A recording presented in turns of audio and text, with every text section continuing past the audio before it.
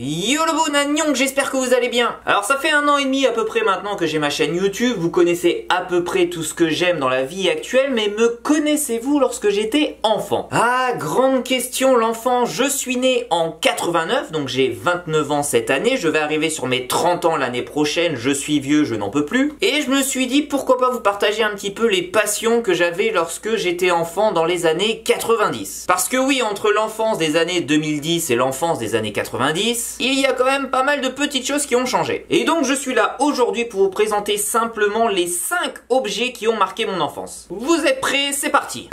Alors bien évidemment, dans l'enfance, lorsque vous êtes tout jeune, lorsque vous êtes en école primaire, quel est l'endroit qui va vous donner toutes les tendances du moment? Bien évidemment, c'est la cour de récréation. Et chez nous, dans les années 90, qu'est-ce qu'il y avait dans les cours de récréation? Les JoJo's. Alors pour vous faire simple, les JoJo's sont des petits monstres, voilà, que l'on avait dans l'enfant. Je sais pas encore si ça existe aujourd'hui, je ne crois pas, mais c'est avec ça que l'on s'amusait dans les cours de récréation. Et je vais vous expliquer tout simplement comment on s'amusait avec ces JoJo's. Alors dans les cours de récréation des années 90, il y avait 2 moyens de pouvoir s'amuser avec ces JoJo's. La première méthode était extrêmement simple puisque ça concernait un petit peu les règles des billes. Une personne jouait avec son JoJo's, une autre personne jouait avec son JoJo's. Le premier qui arrivait à toucher le JoJo's adverse avec son propre JoJo's, eh bien remportait la partie. Mais nous on n'était pas comme ça, nous on avait des règles encore plus olympiques. Dans nos cours de récréation, si vous vouliez une battle officielle de JoJo's, vous aviez besoin d'un mur. Pourquoi un mur? Eh bien je vais vous le montrer en vidéo. En fait, chaque joueur qui avait son JoJo's, donc il pouvait y avoir 3, 4, 5 joueurs, ça dépendait vraiment du risque que vous vouliez prendre. Chaque joueur devait lancer son JoJo's pour le rapprocher au plus près du mur. Attention, il était bien évidemment interdit de toucher le mur, sinon vous seriez disqualifié. Et la règle est extrêmement simple, le JoJo's qui était le plus proche du mur, eh bien remportait tous les JoJo's adverses. Ah, le bon temps des bagarres pour des JoJo's. Le deuxième objet qui faisait fureur dans les cours de récréation dans les années 90, c'est ça. Bon, vous allez me dire, c'est quoi ce truc avec les Animaniacs dessus? Eh bien, c'est tout simplement ce qui s'appelait les POG. J'ai réussi à trouver un paquet scellé sur internet. Bon, ça m'a coûté un bras, mais c'était pour la vidéo. Et quand on était gamin, on voulait absolument acheter ça. Et vu que je suis sympa, je vais vous l'ouvrir en live en vidéo. En fait, tout simplement, les POG, c'était quoi? Eh bien, c'était des petits cercles en carton. Voilà, rien de bien exceptionnel,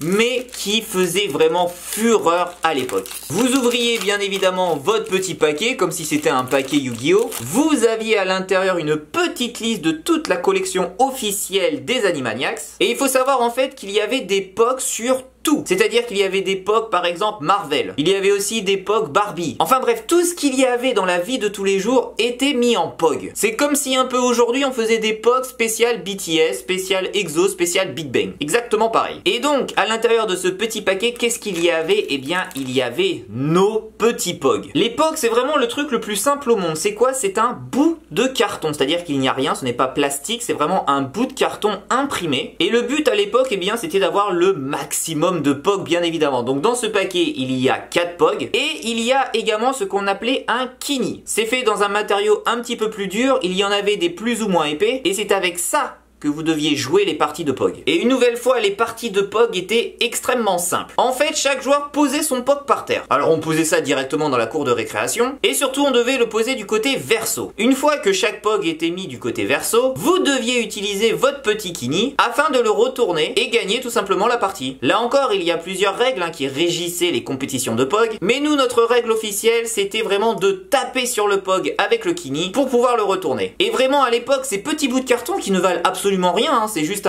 une impression sur un bout de carton qui doit valoir, je sais pas, 5 centimes, faisait mais alors fureur dans les cours de récréation. Vous aviez des gamins qui amenaient 100, 150, 200 POG dans leur cartable juste pour enchaîner les parties lors de la récréation. Et quand je vois ce petit kini, quand je vois ces petits bouts de carton, putain, ça me ramène mes 25 ans en arrière quoi. Chaque gamin devait avoir des POG dans les cours de récréation. Maintenant on continue. Après la cour de récréation, souvent lorsque l'on était gamin, on voulait faire sa première collection. Alors à l'époque, bien évidemment, il y avait des gamins qui faisaient la collection de timbres, il y avait des gamins qui faisaient les collections de petites voitures, et puis il y avait les personnes qui regardaient le Club Dorothée.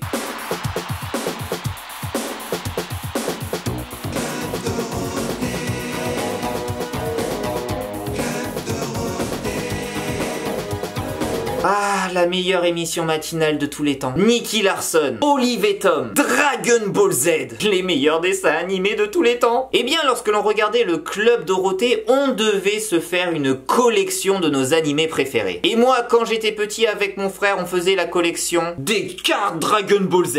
Ah là là, ces cartes Dragon Ball Z, j'en avais des centaines et des centaines dans un classeur. Pareil, j'en ai retrouvé sur internet juste pour la vidéo. Elles ne servaient absolument à rien, mais juste on les collectionnait. Donc comme vous pouvez le voir ici, hein, les cartes Dragon Ball Z, comme je le disais, n'étaient pas vraiment des cartes à jouer. Mais qu'est-ce que l'on était heureux lorsqu'on arrivait à trouver la carte qui nous manquait. En plus, c'était nos personnages favoris, alors là, c'était génialissime quoi. Et puis dans ce genre de collection, vous avez toujours la carte rare qu'il fallait avoir, les cartes rares qu'on voulait absolument échanger. Et bien nous, à notre époque des cartes Dragon Ball Z, les cartes rares, c'était ce genre de carte. Alors je sais pas si ça se voit bien à la caméra, mais c'était une carte holographique. Les cartes holographiques, c'était vraiment la perle rare. Vous pouviez échanger une carte holographique contre 5, 10, 15 cartes Dragon Ball Z classiques. Et pareil, ça m'a coûté un bras pour en racheter une sur internet. Et ces cartes Dragon Ball Z, c'est vraiment ma première grande collection. Donc là, ça vaut presque plus rien aujourd'hui, sauf les cartes, comme je disais, holographiques qui valent quand même quelques euros. Mais ça, pareil, ça me fait retomber en enfance. Dites-moi vous aussi dans les commentaires, quelle était votre collection lorsque vous étiez tout jeune? Est-ce que vous faisiez des collections de Barbie? Est-ce que vous faisiez une collection de Pog? J'en sais rien. Ça m'intéresse un petit peu de voir les différentes collections selon votre âge. On continue les objets de l'enfance avec des objets qui nous ont tous accompagnés chez nous à la maison. Il y a 25 ans, Internet n'existait pas. Les seuls moyens de se divertir étaient les consoles classiques, la télévision, les bouquins, et puis sortir avec ses copains. Et puis on a tous eu à ce moment-là, vous saviez, cette envie d'avoir un chat ou un chien. Alors on faisait chier nos parents, bien évidemment, pour avoir un chien. Et les miens, eh bien, détestaient complètement avoir des animaux à la maison. Et quand les parents ne voulaient absolument pas se faire chier avec un animal de compagnie, et que vous pleuriez tous les jours pour en avoir un, eh bien, ils vous offraient simplement ça, le Tamagotchi. Le Tamagotchi, à l'époque, c'était vraiment l'animal de compagnie. Tu devais tous les jours t'occuper du Tamagotchi. Alors pour ceux qui ne connaissent pas le but d'un Tamagotchi, c'est extrêmement simple, puisque dans cette petite machine, il y a un animal virtuel. Un animal qui a besoin d'amour. Un animal qui a faim. Un animal qui fait ses besoins devant toi. Eh bien, tu devais t'occuper de ton animal. Car il pouvait mourir si tu ne t'occupais pas de ton animal. Et donc on avait tous ce petit truc à la maison. On l'emmenait tous partout au McDonald's, à la cour de récréation, parce qu'on ne voulait pas que notre animal meure. Nous sommes des amoureux des animaux. Non, en fait c'était extrêmement simple, hein. Vous aviez 3 boutons pour donner à manger, jouer avec lui, lui faire ses besoins, et il n'y avait pas grand chose à faire d'autre. Mais ça c'est vraiment l'objet de notre enfance. Ça coûte un bras aujourd'hui d'acheter ça, alors qu'à l'époque ça valait quelques dizaines de francs. Mais on a tous chéri cette petite boîte plastique. On lui faisait des câlins le soir avant de dormir. On rêvait que cet animal vienne à la réalité. Et puis on a découvert les jeux vidéo et on les a foutus à la poubelle. Et en parlant de jeux vidéo, je ne pouvais pas ne pas vous présenter la Mega Drive. La Mega Drive a été pour moi ma première console. Enfin plutôt la console de mon frère qu'il avait gagné lors d'une loterie. Mais la Mega Drive a été pour nous des moments de joie, des moments où on se battait pour la manette. Et surtout avec ce jeu, Sonic. Alors à l'époque, les jeux on les téléchargeait pas sur internet. À l'époque, il fallait aller dans un magasin et acheter cette énorme boîte plastique. Parce que à l'intérieur de cette boîte plastique, eh bien, il y avait le sésame. Le sésame, c'était ça. L'énorme cartouche que tu devais mettre dans ta console. Cette énorme cartouche qui parfois ne marchait pas. Cette énorme cartouche à qui parfois il fallait donner de l'amour. Et qui remarchait par magie. Cette énorme cartouche, si tu la perdais, bah tu n'avais plus de jeu. Ce fascicule papier que tu devais lire pour savoir comment jouer à ce jeu. Eh bien c'était ça la Mega Drive. Et à l'heure d'aujourd'hui, vous savez, où les critiques sont hyper rudes sur qu'est-ce que le meilleur jeu, quels sont les meilleurs graphismes que l'on peut avoir aujourd'hui sur PC, sur Xbox One, sur PS12. Eh bien à l'époque, les graphismes c'était ça.